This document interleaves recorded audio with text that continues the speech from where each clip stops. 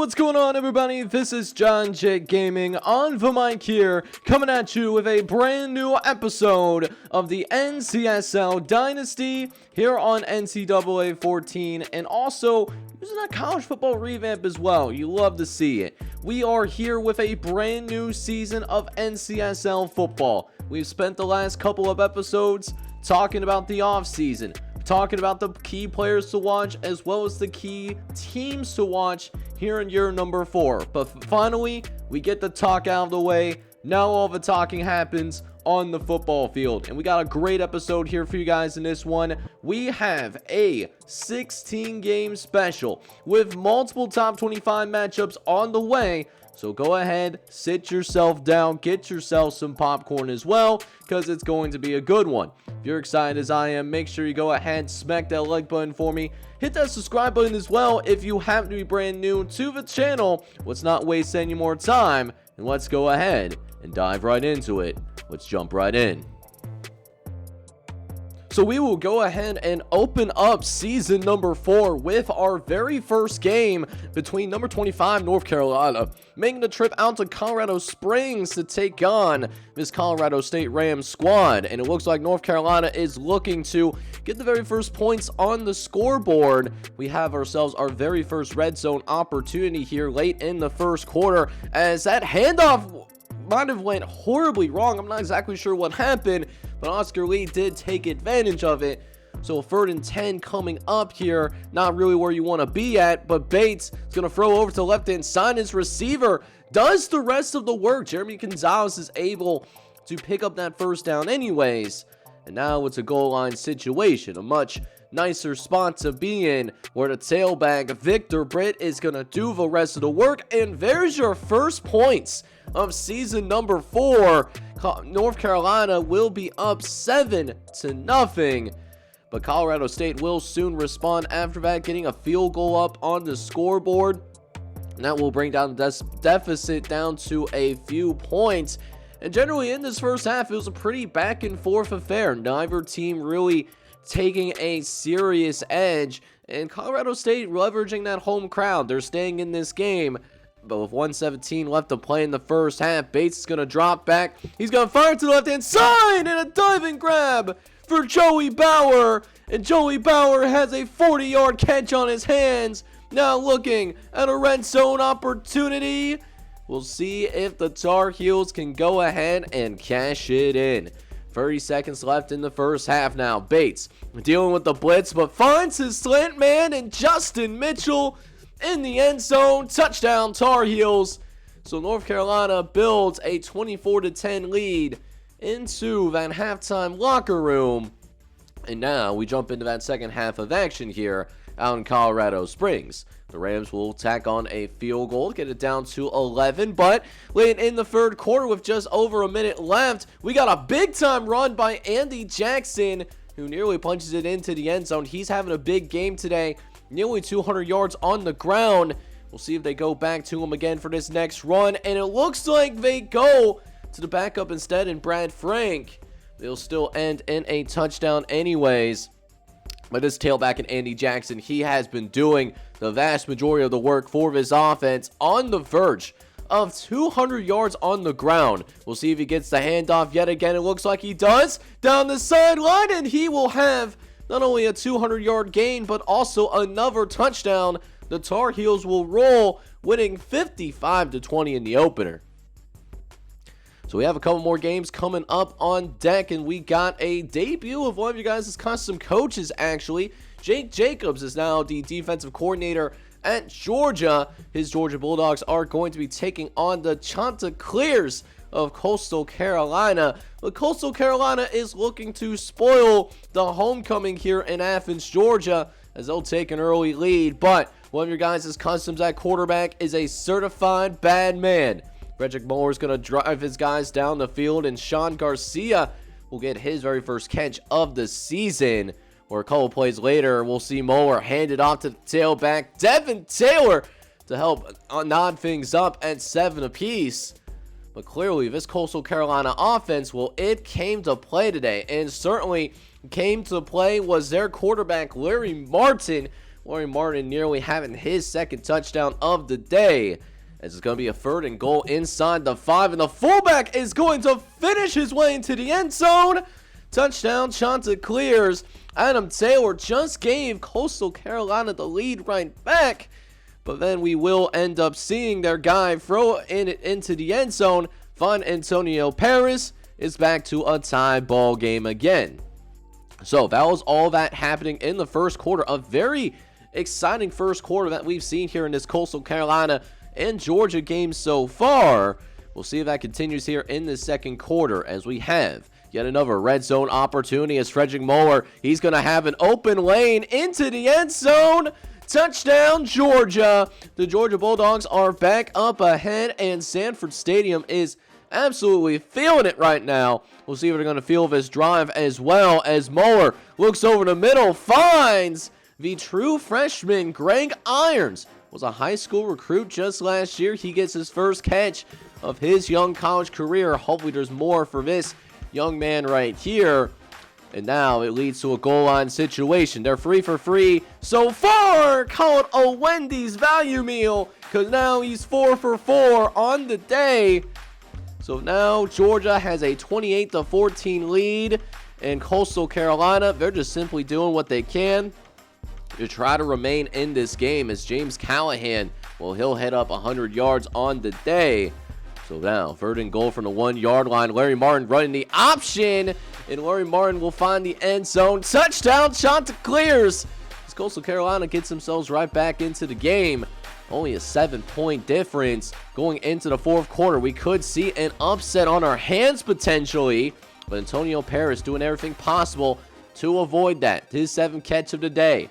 Goes for 16, puts the Bulldogs inside the 5, where their tailback, Elliott Hartman, the main squeeze of the offense, he's going to find his way into the end zone. Another touchdown for Georgia. So Georgia Bulldogs still up by 7, but Coastal Carolina with a chance to tie themselves. Less than 3 minutes left to play. The Chanticleers do get to about midfield. This is a big possession here for both teams, although they both have all their timeouts still. Martin drops back, looks over to the right-hand side, and it's a dot over to that right-hand side, and Larry Martin's just having himself a day. Closing in on 400 yards of passing, not to mention he can do a lot with the legs as well, as Larry Martin just refuses to go down. Larry Martin now with over 30 yards on the ground too. It's been a complete performance for Larry Martin, and he makes the right decisions when it matters, as poor tackling is going to allow Antoine Hawkins to practically walk into the end zone. We now have a tie ball game here at 35. Georgia has a minute left, though. They still have all their timeouts. How about this run by Elliott Hartman? Just need one more first down in order to get into the end zone, and they're going to throw for it. Frederick is going to throw over the middle, finds his receiver, and Stanley Daly is going to get the first down. I thought he might have been just a little short, but that being said, they will award the first down anyways, and they're going to go no huddle quickly here, trying to make this kick a little bit more comfortable if they don't punch it into the end zone. But very next play, that might be a touchdown. Yes, it is. Antonio Paris finds the end zone. Touchdown, Bulldogs. Frederick Moeller, have yourself a day. 4:50 on the afternoon. And now Coastal Carolina is down to their last gasp of air. But first play from scrimmage, Oliver Willis already gets the Chanticleers across midfield.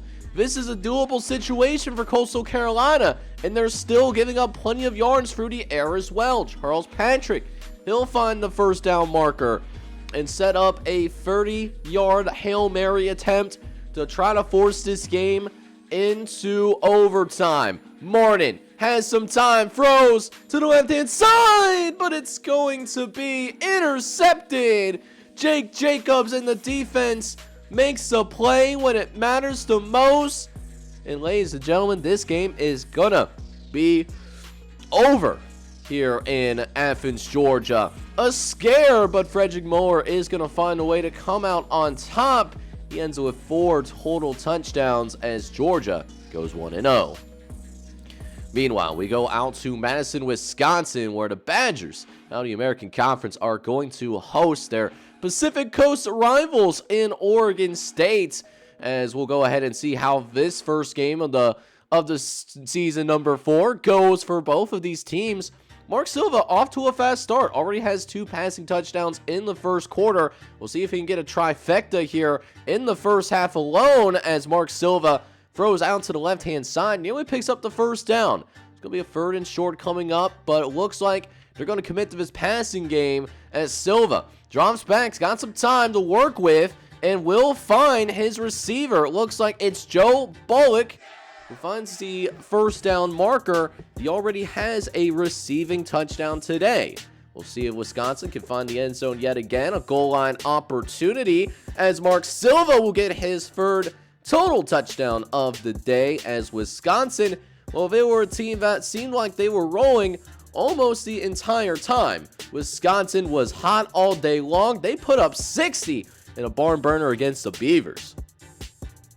But now we have our first quad box of season number 4. A bunch of games going off at the same time. You got LSU and Auburn going at it. And of course, you got the number 4 ranked team in the nation, Michigan, opening up against Wake Forest as well. So a lot happening here in this particular hour. First, we will go down to Auburn, Alabama to check in on the Air Force Academy, the Chair Force, trying to pull the upset off against the number 22 ranked Auburn Tigers, as Auburn is going to try to go to work here, trying to capitalize on a red zone opportunity, but we have an interception.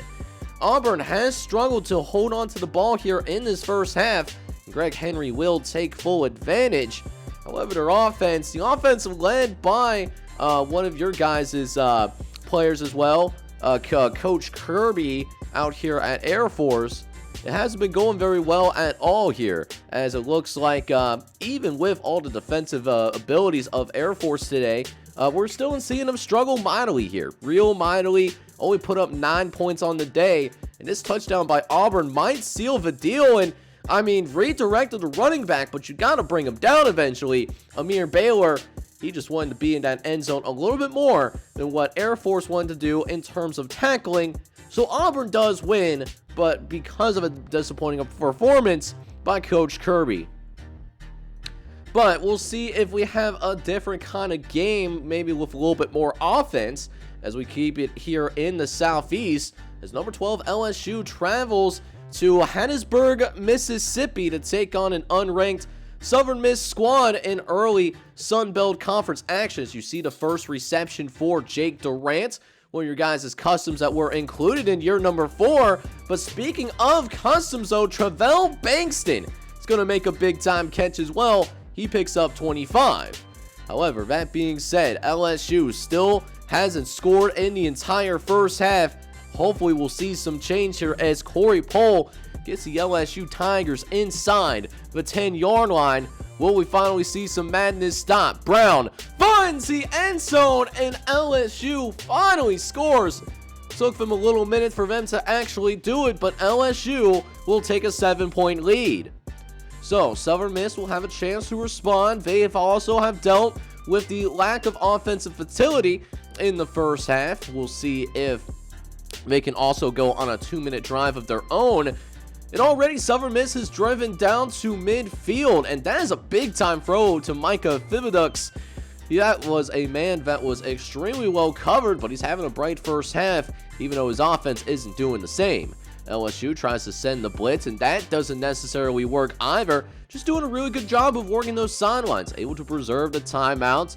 They'll still have 3 timeouts to work with, and they're already across the 30-yard line. Make that a significantly closer, as now Southern Miss will start taking timeouts. And a couple plays later, we'll see Southern Miss answer the bell. Hunter Rice will find the end zone. Touchdown, Eagles. So a tied ball game, or actually we thought it was going to be a tied ball game. Southern Miss actually misses the extra point. We actually do spectate all the extra points, but that one was missed. So you hate to see it from that perspective. We'll see if it ends up being an ultimate difference maker in what has been a pretty tight game here for both squads. Now Southern Miss wants to go ahead and tie things up. They'll have to go for the 2-point conversion even if they manage to punch it in. Here we go. 2nd and 4. Southern Miss quarterback got some time. Throws over the middle and finds Marvin Armstrong in the end zone. Touchdown, Southern Miss. The FCS transfer in Grant Peters will have his first NCSL touchdown. And they will opt to go for 2. LSU sends the blitz, but it does not get home in time. And Casey Spencer's able to carve out some space. All of a sudden, we have ourselves a tie ball game here once again. Knotted up at 14. And Peters might have the chance to lead his guys on yet another touchdown drive here in the second half. This could give them their very first lead of this ball game. Gonna run it up the gut with their tailback. And John Rogers finds the end zone. Touchdown, Southern Miss. And all of a sudden, we got an upset alert on our hands. Number 12, LSU, opening game of the season. They are in some very deep trouble right about now. They need a big play from their defense in order to stem the tide. Later on in the drive, Peters drops back, looks around, throws across his body, but Michael Felix is going to be found and makes the completion. But at what cost, though? He is down on the ground. He will not appear for the rest of this drive. But Peters doesn't need him after all, as he throws a dot to the corner to Sam Martin. And Southern Miss with a 2-touchdown lead over the number 12 team in college football. Are we going to get our first big upset of the season?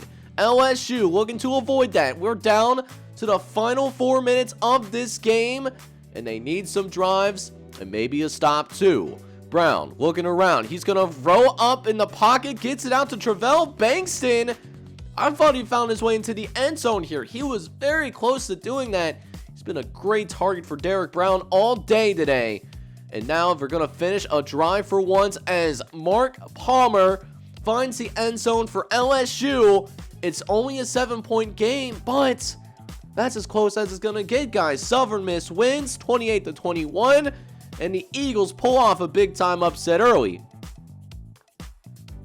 So now let's go ahead and check in on the number 8 Miami Hurricanes. The Hurricanes are hosting Mid-Tennessee State out of the newly created MAC Conference. As we look over to the left-hand side, and it will not take long for the Miami Hurricanes to find the end zone. They'll take that early 7-0 lead here so far. They're looking to win their second national championship here in this series. They won all the way back in year number 1.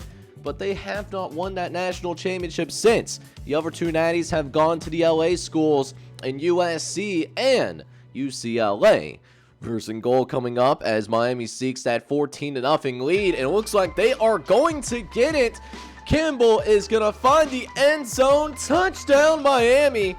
And the Hurricanes will indeed take a 14-0 lead here as Miami looks to continue to dominate in this first half. Campbell continues to be just a thumper of a runner. He has been an absolute problem. New quarterback behind the line of scrimmage, so new quarterback getting settled in real well, especially when you have a running back like this. Miami takes a commanding lead, but with 90 seconds left in the first half, Mid-Tennessee State will finally break the goose eggs. So the Blue Raiders will get on the board, but they have been generally outplayed. Even their kicker has been outplayed. They find a way to miss an extra point of all things. Seems like it's been a little bit of a problem here in this opening week of the season. We've already seen multiple missed extra points here in this episode. And we'll see if that continues as Mid-Tennessee State is on the doorsteps, and they will score yet again. A field goal would make this a 1-score game, but they find a way to miss that extra point too. But yet somehow their kicker makes this field goal. So weird times that we're living in where you can find a way to miss 2 extra points, but a field goal from close to 30 yards out, not a problem apparently. So I don't know, it's probably not a power issue, definitely more of an accuracy issue, which is surprising me because you can see on the screen it is a very nice day out here in sunny Miami, Florida. A big advantage of recruiting in the Sunshine States, as the Sunshine Division champions, at least defending, Well, they are going to have their quarterback run out to the right-hand side. He'll score yet again, but they're going to go for this 2-point conversion, though. They're actually going to do it. This will put them up by 14 even. They get it. And with 2 minutes left to play, trying to run out the rest of this clock. They're just trying to go home at this point. Well, we got to run up that scoreboard just a little bit.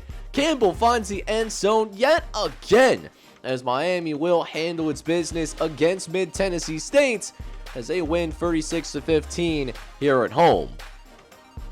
So Hard Rock Stadium was rocking. How about Happy Valley? Penn State living through some down times at the moment, as Penn State will be hosting the Fresno State Bulldogs out of the Pacific Coast. As we'll go ahead and get things underway. A close game here early on, as Penn State has struggled to really get any offense going. This was a common theme for them there in year number 3. It looks like early on that's going to continue into year number 4, as Fresno State finds itself on the doorstep but will be intercepted. 24 Penn State is going to make a play on the ball, and so that will force a turnover in the red zone. The absolute ultimate drive killer, if you ask me. So Penn State will hold on and retain a 13-0 lead into the half. But the Fresno State Bulldogs, they started with the ball in the second half. In their first drive of the second half, they're putting together a steady little drive. They're trying to march down the length of the field. Let's see if they can turn this into 6 points, and it looks like they will. Welch gets in untouched. And yeah, Fresno State right back in this game. That's the byproduct of playing the style of football that Penn State has been playing the last couple of years. It gets you more vulnerable to upsets because there is generally less possessions in the game. But it looks like Penn State will get their crap together. They find the end zone in the fourth quarter. They will even get the 2-point conversion too. At least that's what we thought. But there was a holding on the play. Corey Carter is going to be caught with dirty laundry. So the 2-point conversion is nullified. And from the 7-yard line, they do fail to convert. So that could be big. So that only makes it a 12-point game instead of a 14-point game. So you hate to see it, but Fresno State here, Bulldogs got a chance to possibly cut this down to just a 5-point game with 6 minutes left to go in the ball game. And it leaves them with a chance to win this game once and for all. This will be a big win for Fresno State if they can drive down the length of this field. They do have all their timeouts that they have to work with.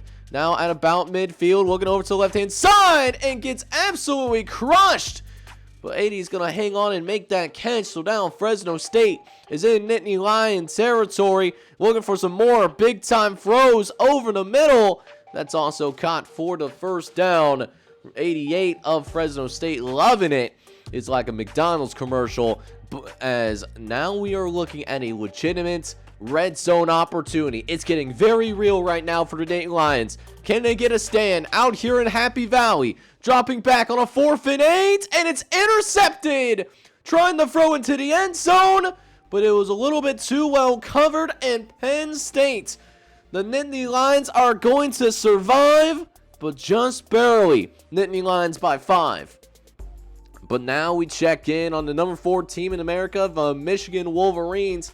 And we'll see how they handle things with life without FM4. FM4, of course, not playing in this particular ball game because he is off to the NFL. He had done graduated. But we see that Wake Forest is actually the team that is threatening first here, not the Michigan Wolverines. Not that team up north, as some of my Ohio compatriots would always say. So, first and goal for the Demon Deacons. We'll see if they can punch it in here, but facing some pressure, and 14's gonna go down. We're yelling timber out here. So, a much harder goal line situation all the way out from the 15-yard line, and he might actually get all of this, but it's fumbled. It's fumbled at the 1-yard line. The epitome of brutality. We are certainly seeing it right now. 3rd and 10 coming up here as Michigan looks to respond. Blaylock looks over the middle, and that's a dot. How does that sneak through? We will truly never know. But what we do know is that Michigan would end up going and dominating that first half in general. They are looking like that Michigan team that we saw in year number 3 that nearly made it to the college football playoff. They were an Ohio State win in the conference championship away from actually going ahead and pulling that stuff off. So 1st and goal coming up as we'll see Blaylock drop back. We'll go to right hand side, and the Michigan Wolverines, well, they'll go ahead and score yet again. It was a one-sided affair as Michigan dominates 44-3 here in their opening matchup against Wake Forest. So we will have the time to get some studio updates in. How about USF looking good early? They take down Nevada 35-14. And then also Miami taking down Boise State as well. So a good start for the East Coast teams. Meanwhile, Washington, ranked number 3 in the country. They are actually in a battle against Louisiana Lafayette. But the Huskies do end up pulling away weight. They will survive their opening test against the Raging Cajuns out of the Sun Belt. And then we have some few other scores that are happening. Hawaii going on the road, taking on Northwestern, and the Rainbow Warriors win 28-14 to show that at least for now, they deserve to stay in that top 25 for the time being. But we now have some more games that are happening at the same time. One of them is what we refer to as that top 20 matchup. But first, we're going to check in on USC, your season number 2 national champions. They did not make the college football playoff in year number 3, but they were right there with it. They're hosting Pittsburgh, who has not made it to a bowl game in a couple of years. Actually, they were solid in year number 1. So we'll see what we can get here in this first quarter. It looks like Pitt is coming to play ball, at least initially, but it looks like that USC offense, well, it just might be just a tad too much. USC puts up 21 points in just the first quarter of action. And Victor Spence, this was a game for him where he didn't really have to do too much of anything in this particular game. I mean, the players all around him, like they were dominating their matchups across the board. Shows that Pitt has a long way to go before they are truly ready to go out and compete with the big boys in college football. And that was a microcosm of that. USC wins 59-21 here on opening day. But we will have our top 20 matchup, our first top 25 matchup of the season. San Diego State surprisingly ranked number 19 in the country, although taking on Ole Miss. Ole Miss ranked number 11 in the country. And if San Diego State has any chance to pull this upset off, they're going to need their quarterback that we saw in the preview, Tom O'Neal, to really ball out in this particular matchup. But it certainly will not be easy whatsoever. Ole Miss, first drive of the game, is going to run it with their quarterback, Myron Nichols, who takes over for Eric Archie, who has departed for the NFL. Ole Miss, however, not going to miss a beat as the defending Sun Belt Conference champions not only get a 7-0 lead, but they will also get a 14-0 lead. They are looking extremely sharp for an opening game here in season number 4 as they take a commanding lead early on against San Diego State. And it looks like things might not get much better here in the second quarter as Myron Nichols fires and shows the arm. Finds Dedrick Hill in the back of the end zone. Touchdown, Rebels. Could be a long day here for the Aztecs as Dedrick Hill just runs by the defender. He was wide but naked open on that particular throw. That's barbecue chicken when you have that kind of space out there on the sideline. So, 21-0 lead for the Rebels as Myron Nichols looks to continue to build off of this as he has all day to throw. Look at this time. He's able to find Lewis Kelly, who, my word, makes a one-handed grab. I mean, you want to talk about a certified bad man. That's a certified bad man. Now, usually, you don't want to throw across your body. So, if you're a quarterback watching this, don't attempt this. This would not work in real life 9 times out of 10. In a video game, though, absolutely beautiful. You'll love to see it It powers the Rebels to a 31-0 lead. Although it's not all sunshine and butterflies, as San Diego State will get an interception on Myron Nichols. This could go all the way, and finally, the Aztecs are going to get on this scoreboard. Oh, they needed that kind of play there. That was hard to watch. San Diego State will finally score, but I don't think they're going to get this extra point. They don't even succeed in getting the extra point. Imagine that. And Ole Miss is going to roll. Ole Miss is still going to roll regardless. Rebels win 37-19.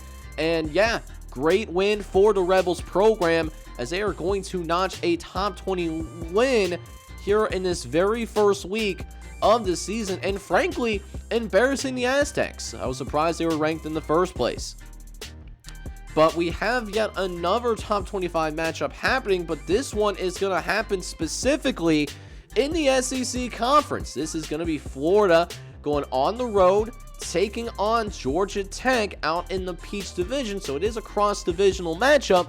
Georgia Tech had an excellent season last year. They were on the verge of a 10-win season. They actually might have won 10 games. They went like 10-4 or something like that.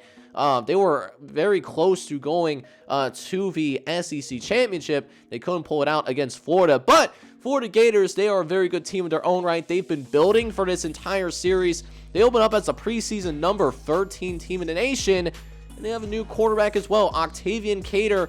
He was one of your guys' customs back in year number 2, but Georgia Tech, hey, sometimes you need a little bit more luck than it is to be good, and boy, did we get lucky there. Ryan Sisk, how does, legitimately, how does he score here? Like, look at this. So, like, Ryan Sisk, like, he's caught behind the line of scrimmage. Blocking was not great, and yet somehow he gets out of all of that. Great determination. He broke another tackle there as well, and after that last broken tackle, you could see those top-end speed. Bro was gone for the races. Florida will respond with a field goal, so they will still be up by 6 points despite that Georgia Tech touchdown. However, Ryan Sisk, dangerous human being. He is going to be down the sideline. One man left to beat, and he is gone like a girl in a country song. Touchdown, Yellow Jackets. And Ryan Sisk has single-handedly given Georgia Tech the lead here in the first half. All the pressure now being put on Octavian Cater, but he will have some help in the running game. Psych! No, that is going to be recovered by Georgia Tech. The special teams and defense really coming up big here in the second quarter. That is Alex Fuller that's going to ultimately get his hands on the ball. He did not force the fumble, but hey, he was in that right place at the very right time, though. So Georgia Tech will expand their lead. And we're now looking at a 24-13 game in the second half. But Octavian Cater, man, he is a bad man. He has been backing up the previous quarterback for a couple years now. But now Cater gets his opportunity at the quarterback position. And those 2 years that he was playing at wide receiver while waiting his turn might have been a dynamic move that you certainly love to see. As a matter of fact, Cater has a chance to give Florida the lead, and he does. Touchdown, Florida, and Octavian Cater in his first career start, mind you. He's playing extremely well right now. He's going to put Florida a chance to win the game with 4 minutes left. But Georgia Tech trying to put together a drive, and oh baby, do they put together a drive all right. Driving it all the way down to the 1, and here we go, 1 yard away from the Yellow Jackets, taking the lead, and they will with Ahmad Morse. I haven't called his name all day long, but he leads a big-time drive here in the fourth quarter, and Georgia Tech will have the lead with 4 minutes left, and they will hang on for dear life. Georgia Tech wins 31-27 in what is an opening statement for the Yellow Jackets out of Georgia Tech, proving that, yes, we are a top 25 team in America right now. But we have a couple of more games happening, more specifically a college football playoff matchup, a rematch between Nebraska and Texas. So we'll see that later. See if George Gentry can get his revenge against the Texas team that knocked his guys out of the playoffs last year. But First and foremost, we will check in on Clemson taking on Arizona for their very first game of the season. And the Heisman Trophy winner in Keisuke Nakasuma, he's back. He is back again. Shady's back. Tell a friend.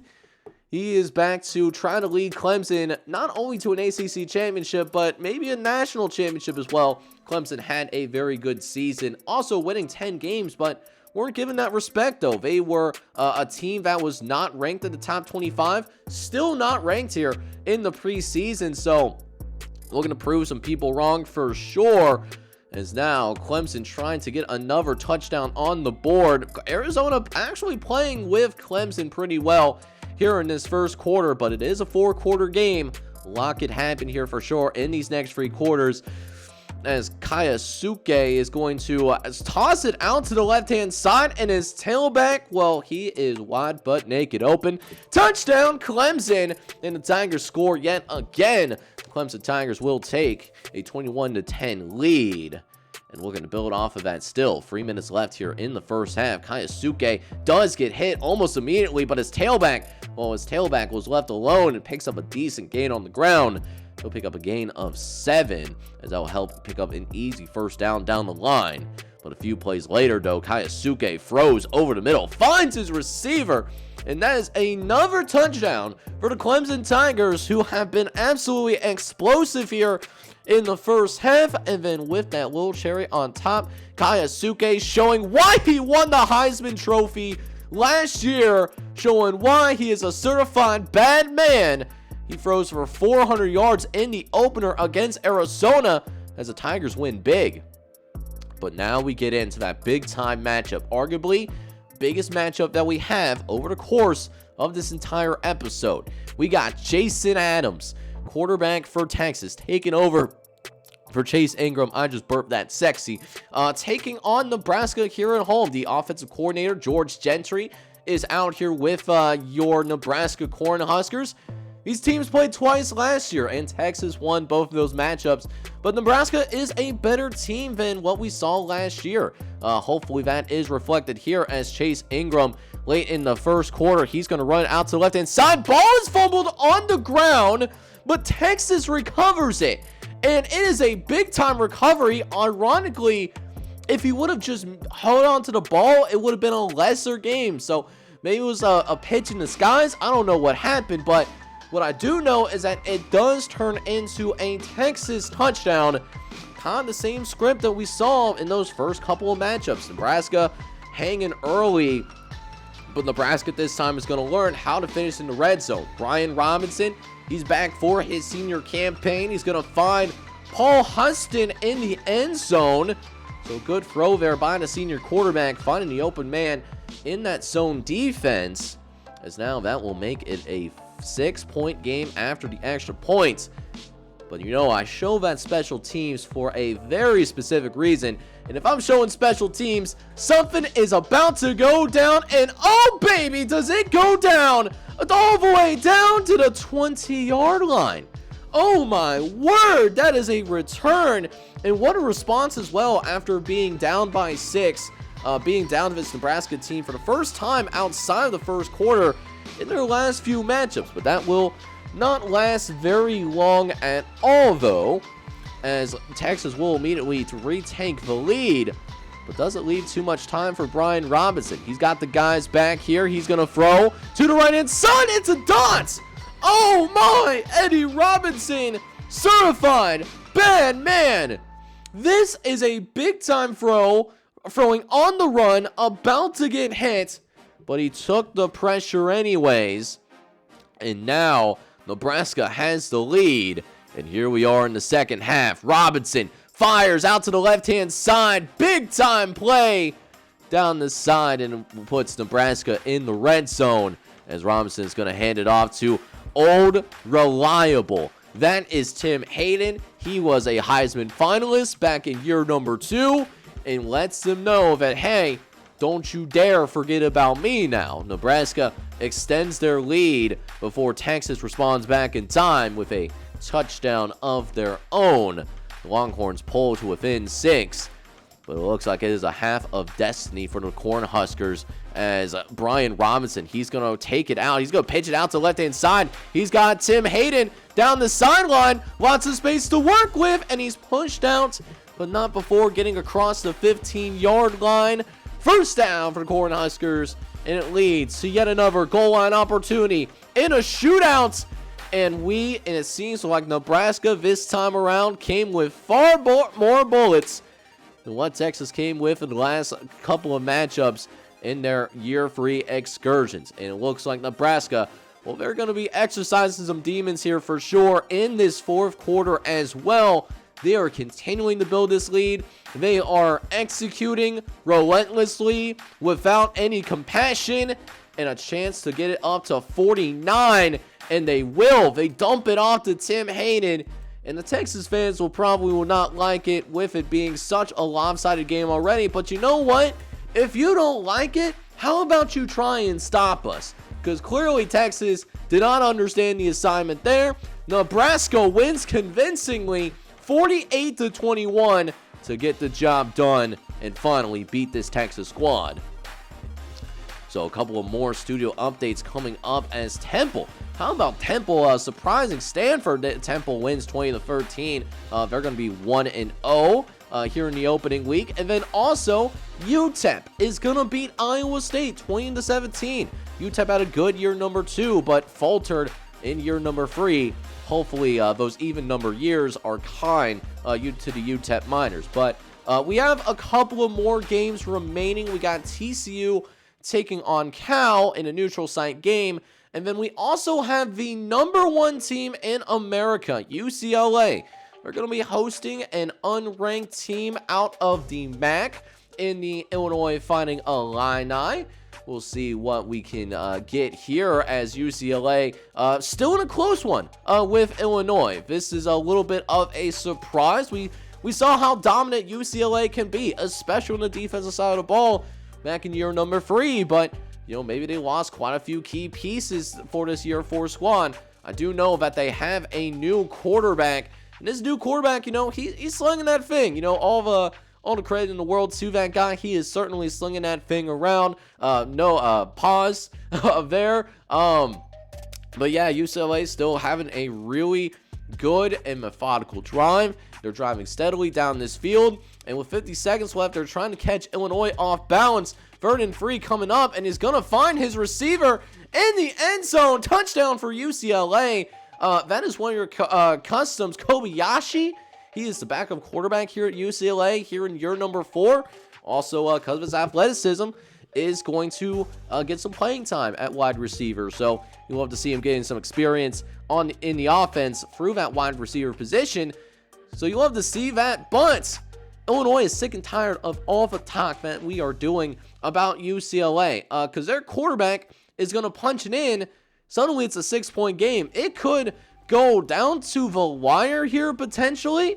That field goal will certainly help the Bruins out in a tremendous way because that does make it a 2-possession ball game.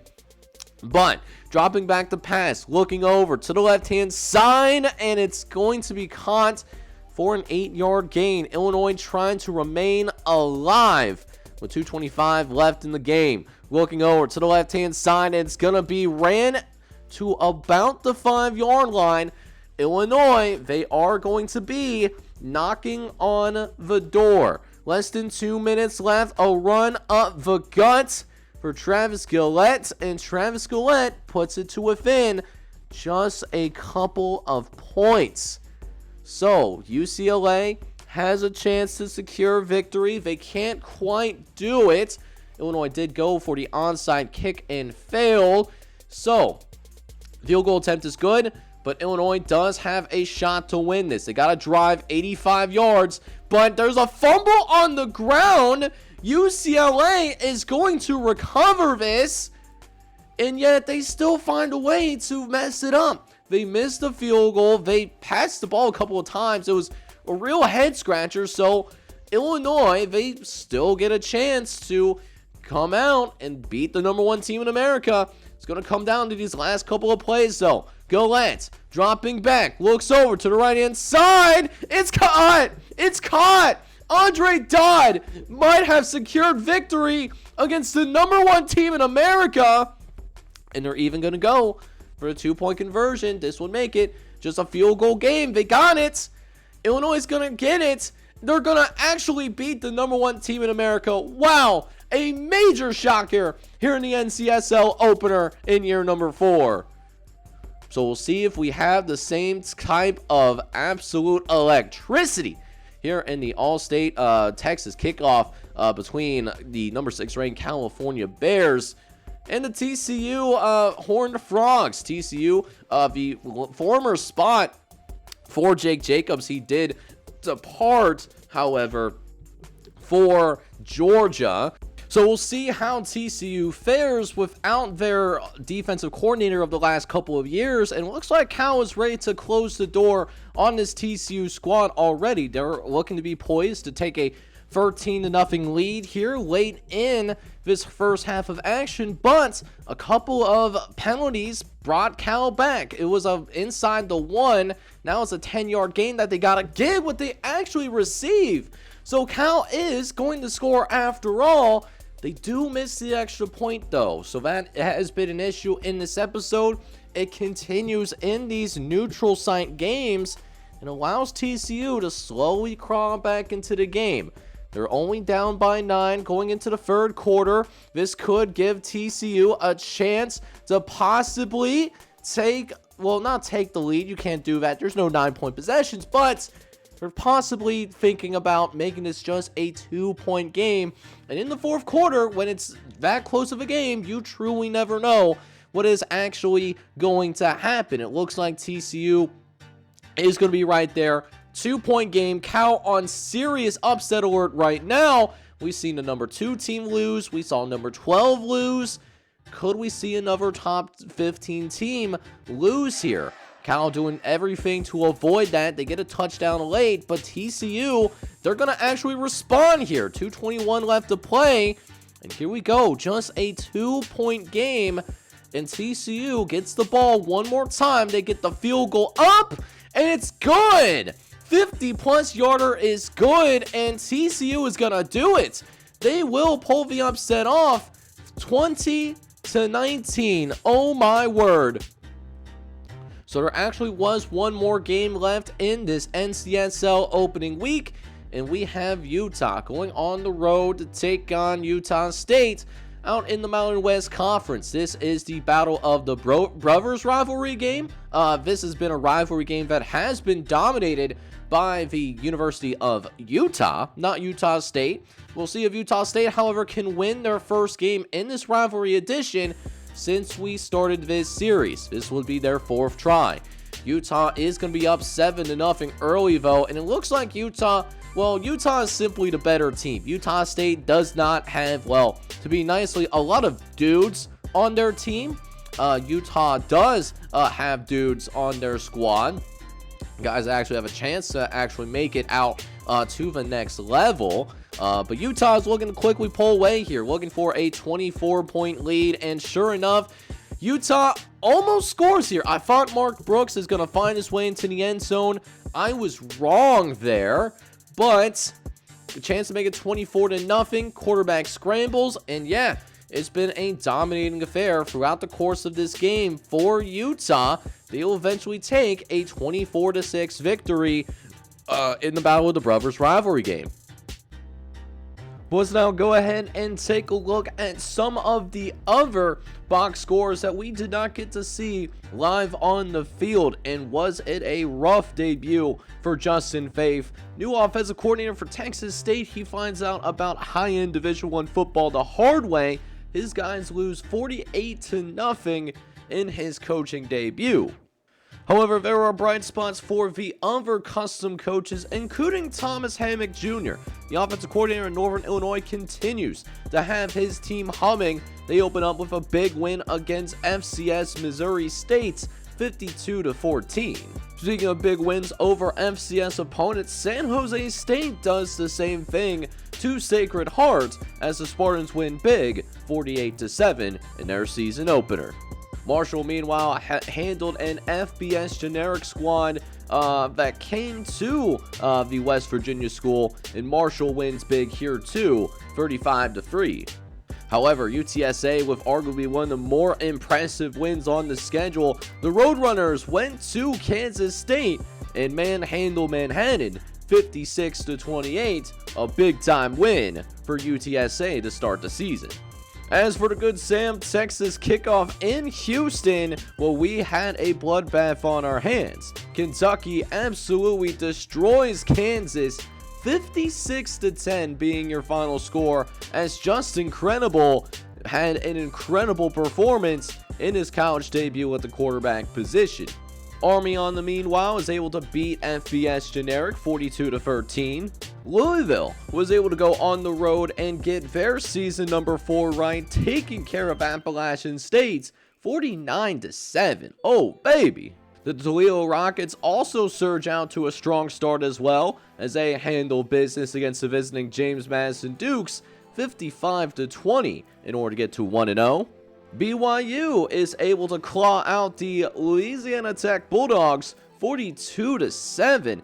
Seen a fair number of blowouts here in week number 1, it seems like. And speaking of those blowouts, we'll also see West Virginia beat Washington State 56-21. The Mountaineer offense is ready to roll here in year number 4. So we already see a lot of change in our coaches poll, because we've had some pretty shocking results happen here in week number 1. So of course we are going to have a new number 1 team. It is the Washington Huskies, who was the number 1 team going to the college football playoff in the previous season. So no surprises here.